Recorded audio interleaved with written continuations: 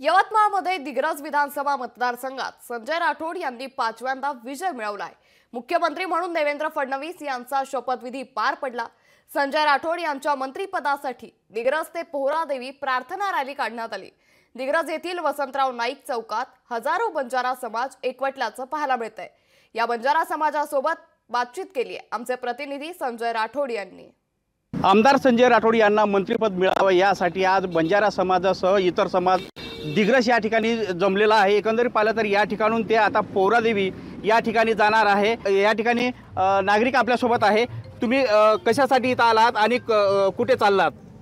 आम्ही सर्व बंजारा समाज आणि आमदार संजय राठोड साहेबांवर प्रेम करणारा इतरही समाज संजय भाऊंना पुन्हा एकदा महाराष्ट्राच्या मंत्रिमंडळामध्ये कॅबिनेट मंत्रिपद मिळावं, मानाचं स्थान मिळावं यासाठी संत सेवालाल महाराजांच्या चरणी प्रार्थना करण्याकरिता आम्ही त्या ठिकाणी जात आहे।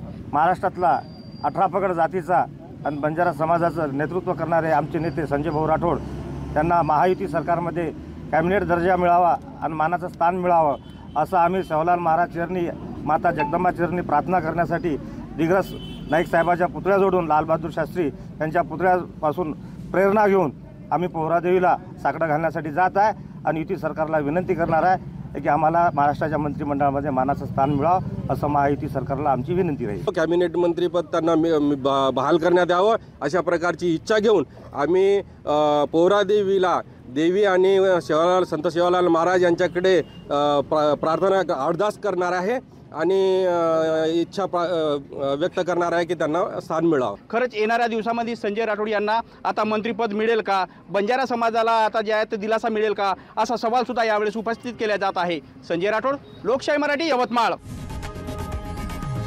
लोकशाही मराठी, ऐका, पहा, जागरूक रहा।